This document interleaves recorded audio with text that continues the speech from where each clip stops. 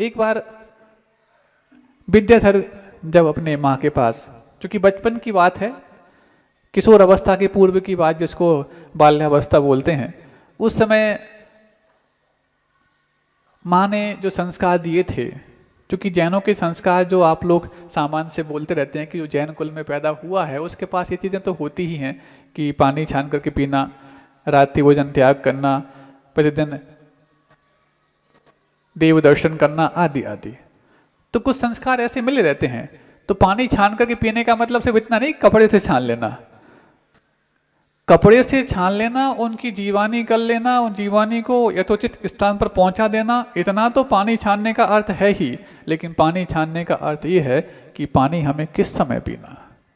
आप लोग सुन रहे हैं, खूब पानी छानने की आप बात करते होंगे, जीवानी करते होंगे, लेकिन पानी हमें किस समय पीना है, ये बच्चों के अंदर ये भाव भरना, ये विद्याधर के माता पिता के संस्कार ही हो सकते हैं। हर बच्चे के माता पिता के संस्कार संभव नहीं।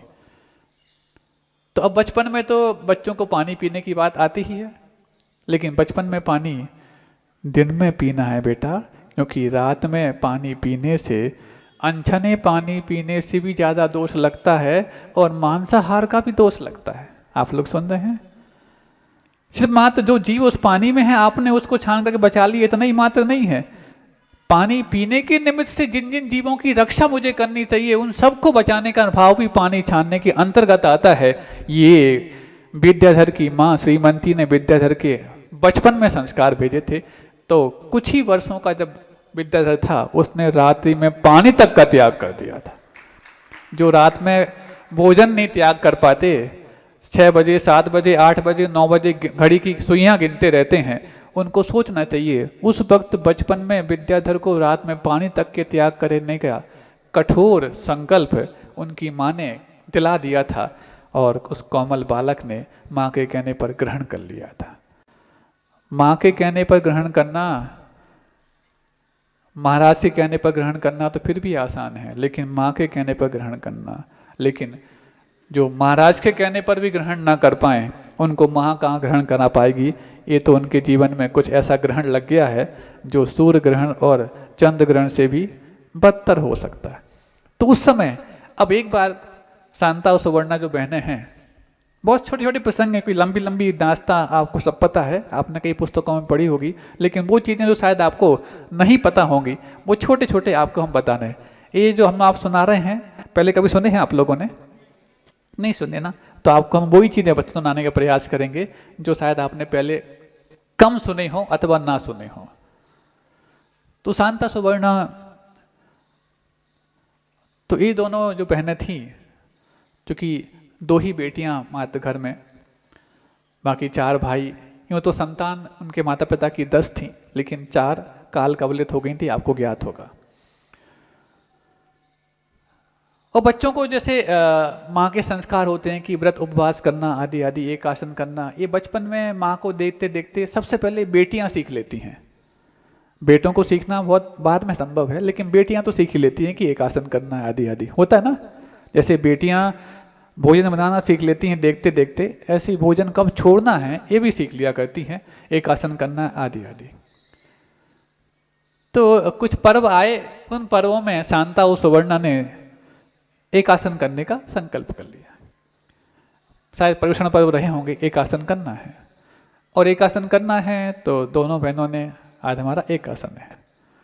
और बच्चे छोटे हैं, शांता सुवर्णा भी छोटी हैं, सुबह एक आसन कर लेना, शाम को कुछ फलाहार ले लेना, दूध लगे तो दूध ले लेना, पानी तो ले लेना है, ये सब कुछ चीज़ें।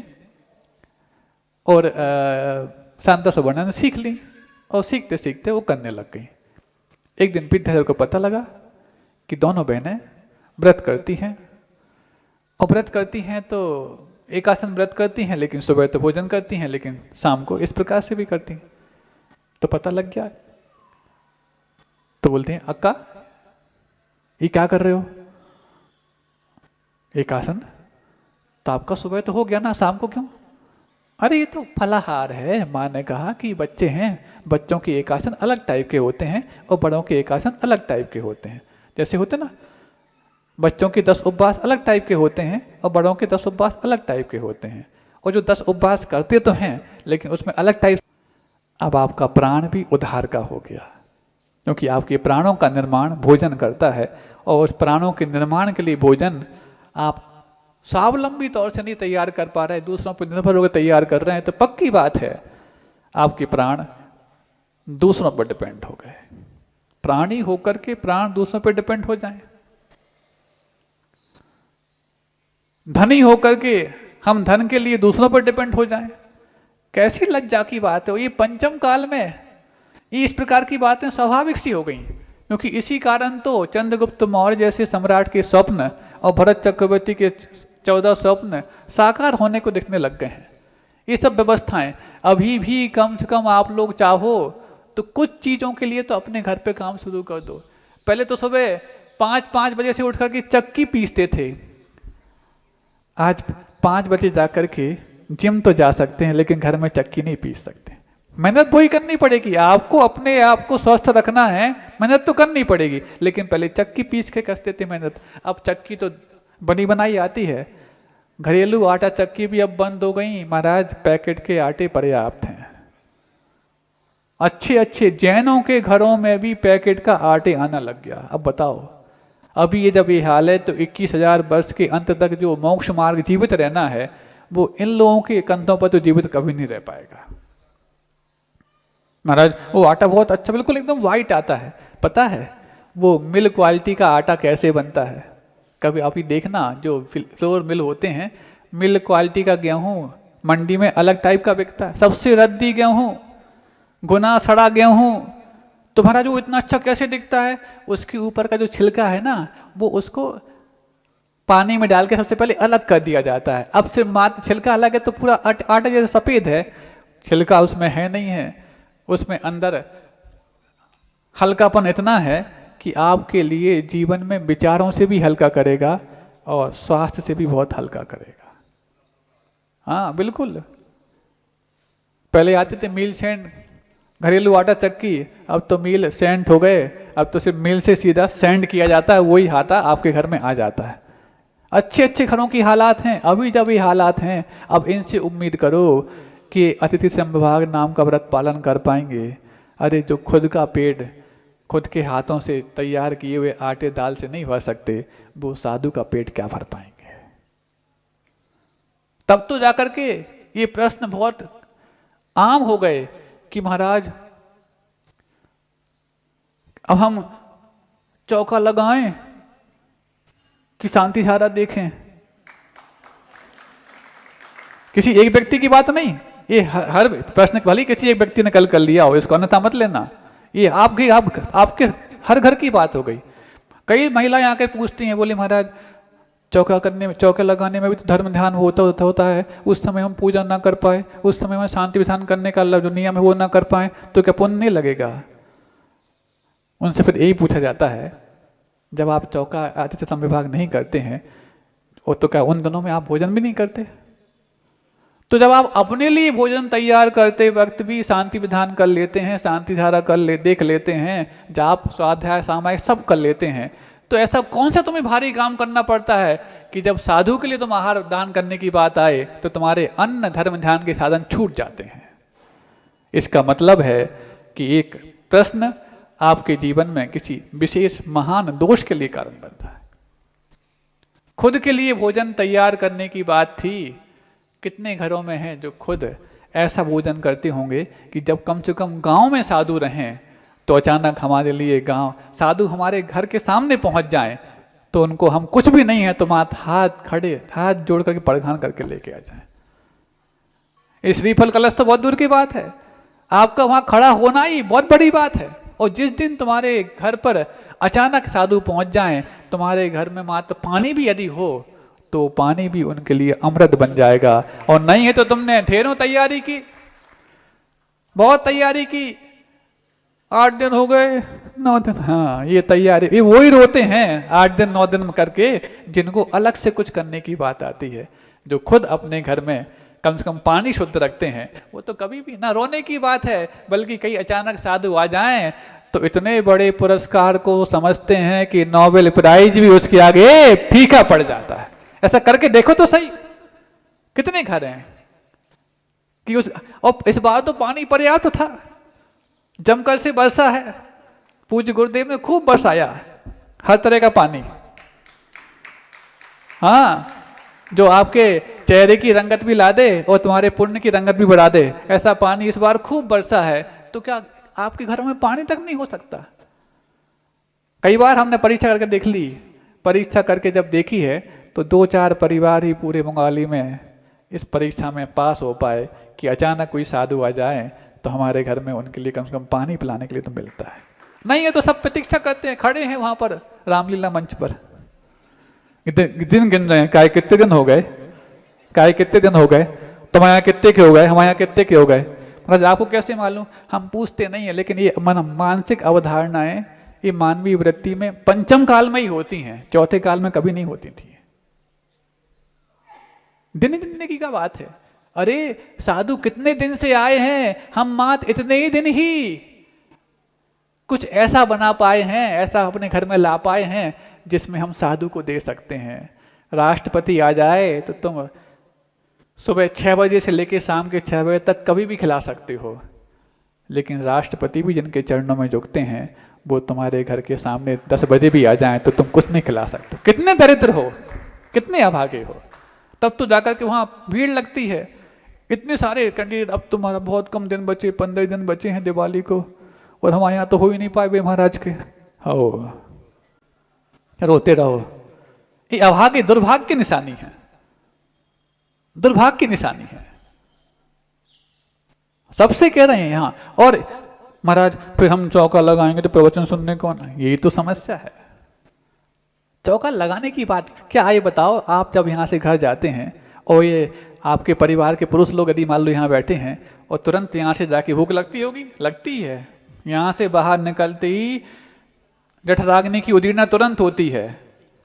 जो जैसे ही यहाँ से पहुँचते हैं, चलो जल्दी जो भी है, तो जो भी होता है तुरंत वहाँ तैयार मिलता है। तो जब आपके घर के पुरुषों के लिए भी तुरंत पेट भरने लायक अपने घर में मिल जाता है, तो क्या महापुरुषों के लिए नहीं मिल सकता? तुरंत पेट भरने लायक कुछ भी हो सकता है, क्यों नहीं मिल सकता? क्यों? क्योंकि हम अपने कर्तव्य भूल चुके हैं। लेकिन विद्याधर के घर में ऐसा नहीं था।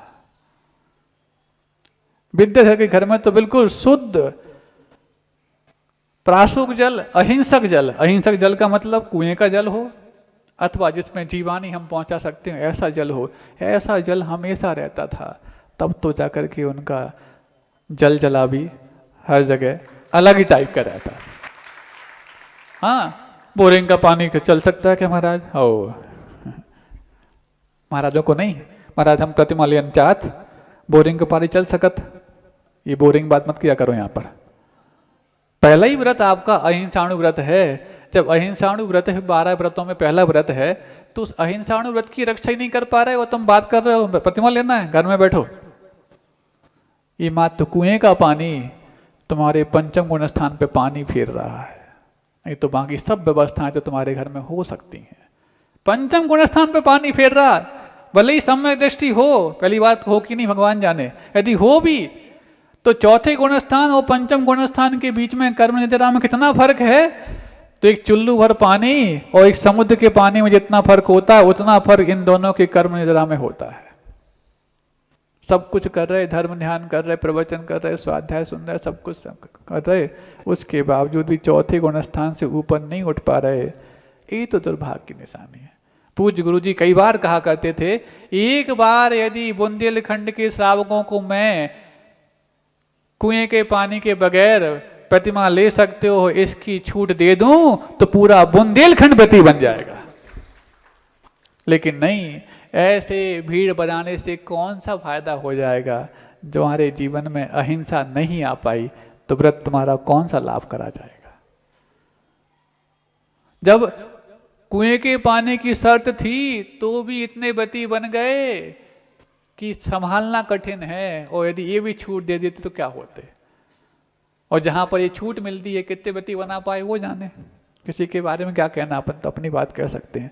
लेकिन ये बात अब सोचो, वो श्रावक जो बोरिंग का पानी उपयोग करने लग गया है वो प्रतिमा पालन धारण कर रहा है, तो प्रतिमा पालन करने वाला अतिथि समविभाग व्रत पालन करेगा कि नहीं करेगा? क्योंकि 12 व्रतों में व्रत भी होता है।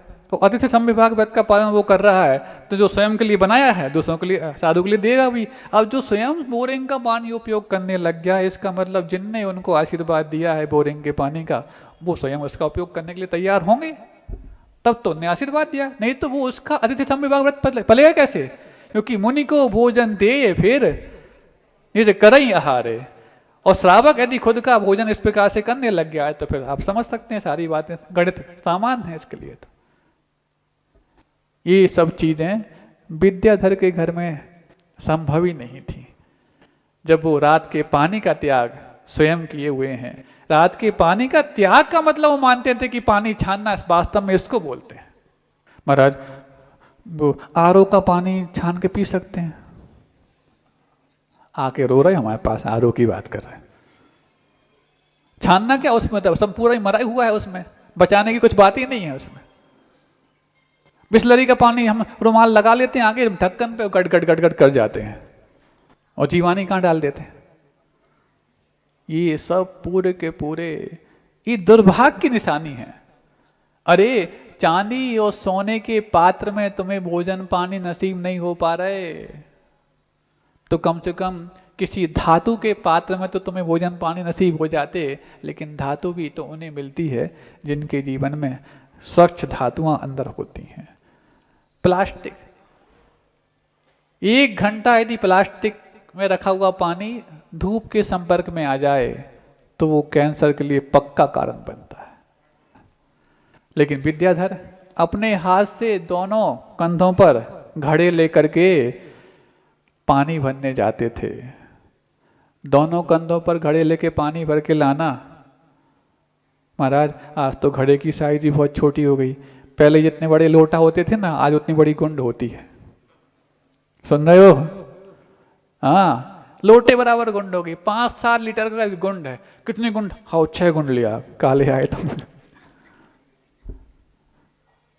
कभी देखे आपने? इतने बड़े बड़े नाद होते थे, वो उनका खाली वजन इतना होता था जितना तुम्हारे पूरे भरे पात्र का वजन नहीं होगा, खाली का इतना वजन होता था। फिर उसमें पानी भर के लेके आना दूर से। ये सारी कर्मठताएं होती हैं जब बचपन में आपके साथ जुड़ती हैं, तो बचपन की महानता को भी दिखाती हैं और बड़े होकर के भी आप महान बनोगे इसका प्रारूप भी तय करती हैं। प्रारूप तय हो इसके पहले समय तय हो चुका है। ये आज अपन ने प्रारंभ किया है। अभी तो बचपन के किस्से अपन सुनेंगे, बाद में जाकर किशोर अवस्था के वो किस्से मात्र जो आपने किस्से कहानी के रूप में नहीं, किस्से का हानि है और किस्से का लाभ है। ये किस्से कहानी और किस्से का लाभ नहीं, किस्से का हानि है और किस्से का लाभ है। ये अपन समझते रहेंगे। आज तो समय हो गया। अहिंसा परमो धर्म की।